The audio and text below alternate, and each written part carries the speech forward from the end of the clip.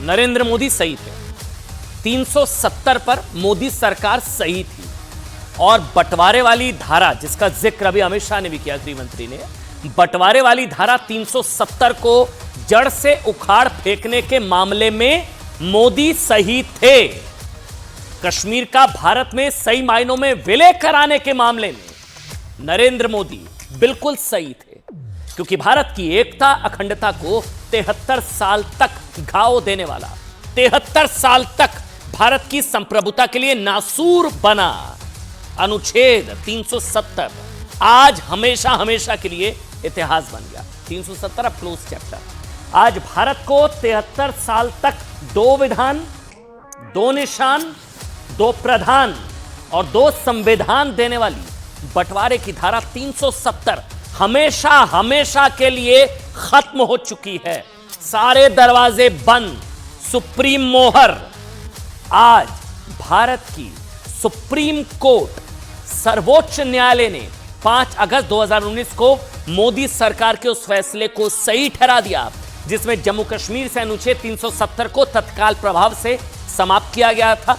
Number 1, सुनते जाइए, जम्मू कश्मीर और लद्दाख को बांटकर अलग अलग केंद्र शासित प्रदेश बना दिया गया था।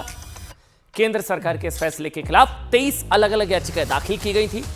इन 23 याचिकाओं पर 4 साल 4 महीने 6 दिन, कितनी, 4 साल 4 महीने और 6 दिन की सुनवाई के बाद सुप्रीम कोर्ट ने मोदी सरकार के फैसले को सही बताया है। कोर्ट ने फैसले में जो सबसे बड़ी बात कही है वो जानते हैं क्या है? वो ये कि भारत में विलय के बाद जम्मू कश्मीर के पास आंतरिक संप्रभुता का कोई अधिकार नहीं है। दोबारा से सुनिए एक एक शब्द को जो बता रहा हूं। सुप्रीम कोर्ट ने कहा है कि विलय के बाद कश्मीर का भारत में एक्सेशन, विलय के बाद कश्मीर के पास, जम्मू कश्मीर के पास इंटरनल सोवरेनिटी, अलग से आंतरिक संप्रभुता का कोई अधिकार नहीं। और 370 एक टेम्परेरी प्रोविजन था, अस्थायी प्रावधान था। इसलिए आज ना देश के 40 करोड़ लोगों को ये ध्यान से सुनना चाहिए कि जब सुप्रीम कोर्ट ने भी माना है कि विलय के बाद जम्मू कश्मीर के पास आंतरिक संप्रभुता का कोई अधिकार था ही नहीं, कहां से आ गया 370? ये तुष्टीकरण तब भी चल रहा था क्या? तो देश की एकता अखंडता के खिलाफ ये पाप कैसे हुआ? ये नासूर 370 किसका कसूर?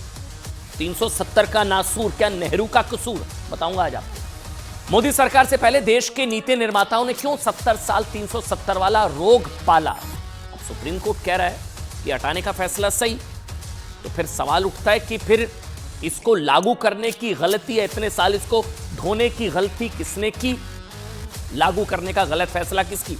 ये पूरा इतिहास आज आपको बताएंगे, लेकिन उससे पहले एक दिलचस्प ऐतिहासिक तथ्य जो आज की तारीख से जुड़ा हुआ है। अब आप सुनिए, आज सुप्रीम कोर्ट के ऐतिहासिक फैसले के दिन 2 तस्वीरें देखिए। आज की खबर का निचोड़ है ये।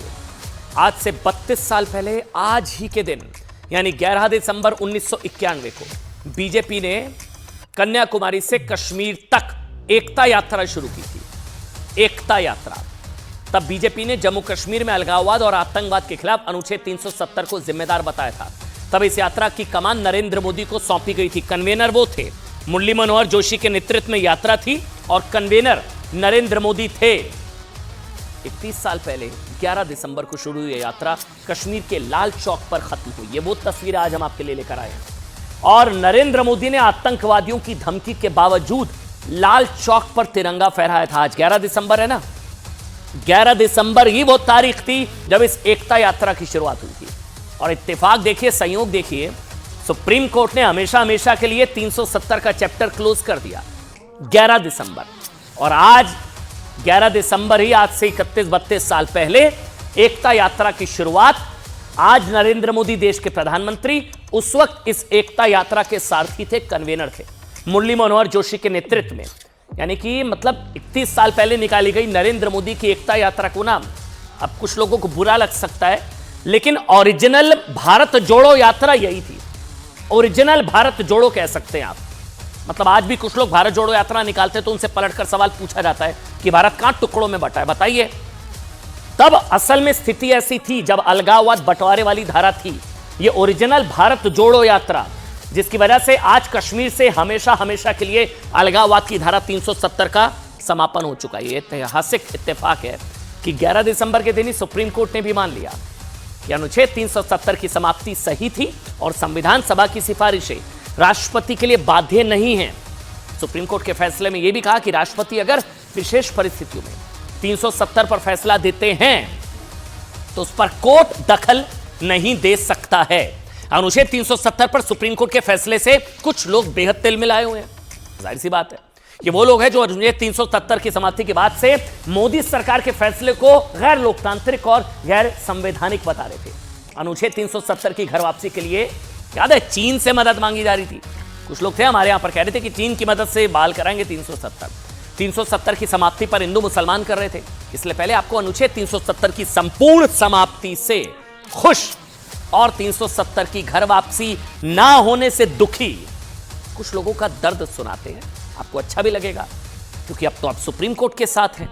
फिर आपको बताएंगे कि देश को अलगाववाद के 370 घाव देने वाले इस अनुच्छेद के लिए जिम्मेदार कौन।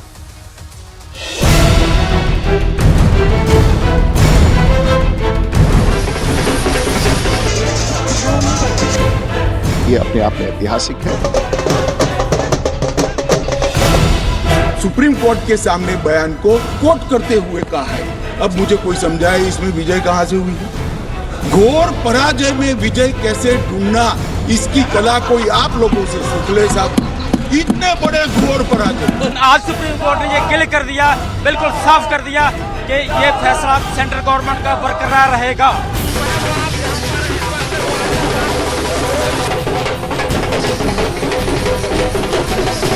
आज आखिरी ताबूत के अंदर कील लग गया है।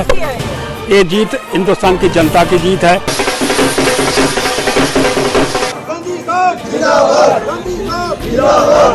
एक प्रधान, एक विधान, एक निशान, जो भारतीय जनता पार्टी के 70 साल के संघर्ष की आज उस पर मोहर लगी है। सच्चाई की जीत हुई है।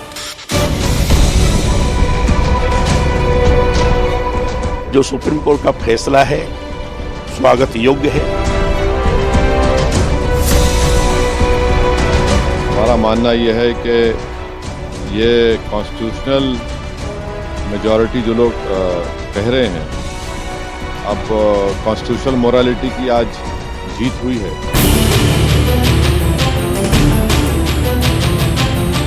जम्मू कश्मीर ने बहुत सारे उतार चढ़ाव देखे। सुप्रीम कोर्ट का आज का फैसला ये एक पड़ाव है, मुश्किल ही सही पर पड़ाव है। ये मंजिल नहीं है हमारी। इसको मंजिल समझने की गलती मत करो। आज सुप्रीम कोर्ट का ये फैसला ऐतिहासिक फैसला आया है। आज के बाद मुझे लगता है 35 और 370 के पक्ष में जो दलीलें दी जा रही थी वो सब दलीलें बेमानी हो गई हैं।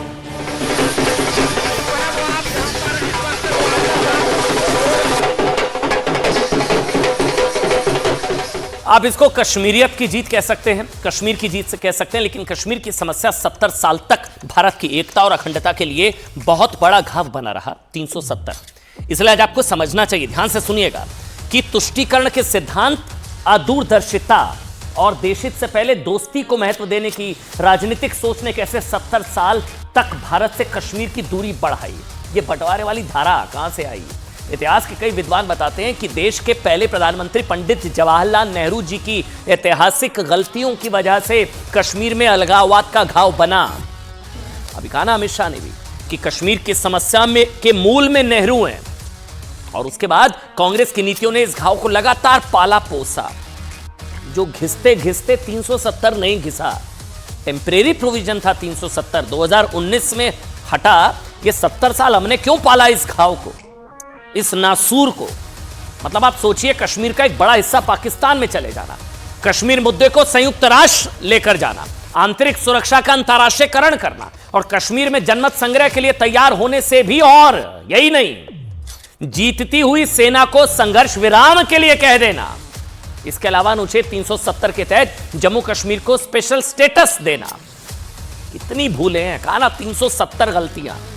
कहा जाता है कि इस वजह से नेहरू ने कश्मीर मसले को जानबूझकर अपने अंतर्गत रखा। वरना आप सोचिए ना, गृह मंत्री होने के बाद भी सरदार पटेल को इस मुद्दे से दूर रखा गया।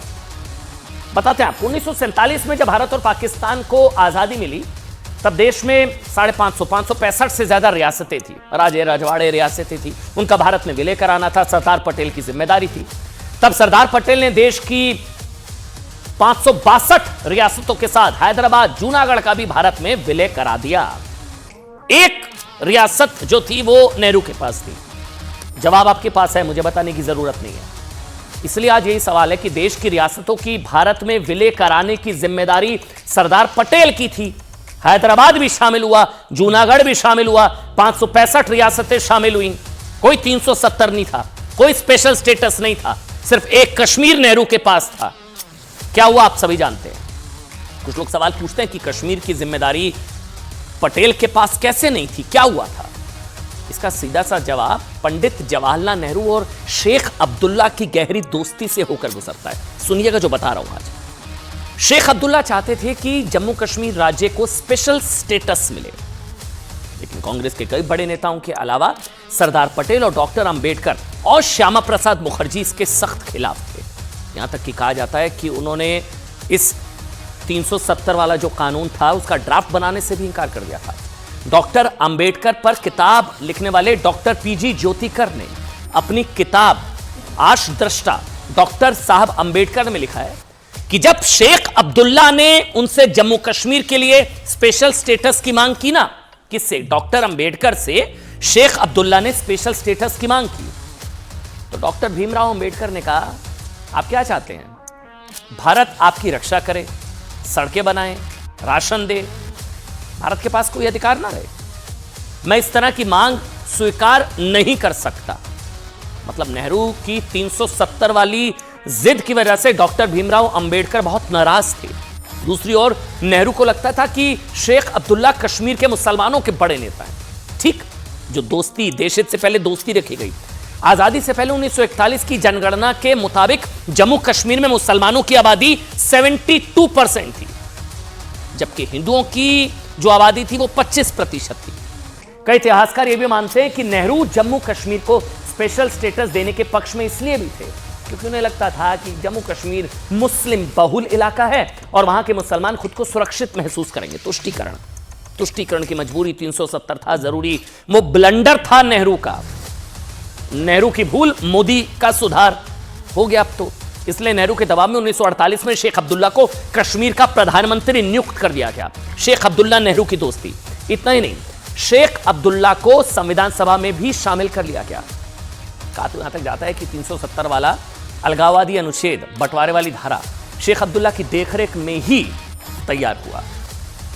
अनुच्छेद 370 के खिलाफ जनसंघ के नेता डॉक्टर श्यामा प्रसाद मुखर्जी, आज सही मायनों में आज जो हुआ है वो डॉक्टर श्यामा प्रसाद मुखर्जी को सच्ची श्रद्धांजलि है। आज ताउम्र लड़े वो इससे। डॉक्टर श्यामा प्रसाद मुखर्जी ने 2 विधान, 2 प्रदान, 2 निशान कहा यह नहीं चलेगा हमारे देश में। अगस्त 1952 में जम्मू में विशाल रैली करते हुए उन्होंने कहा कि या तो मैं आपको भारतीय संविधान प्राप्त कराऊंगा या फिर जीवन का बलिदान कर दूंगा। इसलिए आज इनको याद करना भी जरूरी। उस वक्त जम्मू कश्मीर में जानते हैं परमिट व्यवस्था लागू थी। आज तो आप फ्लाइट कराई पहुंच गए, 370 खत्म। मतलब पहले क्या होता था, यानी कि जम्मू कश्मीर में घुसने के लिए ना परमिट लेना पड़ता था। तब बगैर परमिट के जम्मू कश्मीर में प्रवेश करने पर डॉक्टर श्यामा प्रसाद मुखर्जी को 11 मई 1953 में शेख अब्दुल्ला के नेतृत्व वाली सरकार ने हिरासत में ले लिया और गिरफ्तारी के कुछ दिन बाद ही 23 जून 1953 को उनकी रहस्यमय तरीके से मौत भी हो गई। डॉक्टर मुखर्जी के इसी संकल्प के लिए नरेंद्र मोदी ने 11 दिसंबर 1991 को एकता यात्रा शुरू की और लाल चौक पर आतंकवादियों की धमकी को दरकिनार करते हुए लाल चौक पर तिरंगा फहराया। लेकिन सही मायनों में डॉक्टर मुखर्जी के संकल्प की सिद्धि आज हुई है जब सुप्रीम कोर्ट ने अनुच्छेद 370 को असंवैधानिक करार दे दिया है। एक छोटा सा ब्रेक ले रहे हैं, तुरंत हाजिर होंगे। छोटा सा ब्रेक।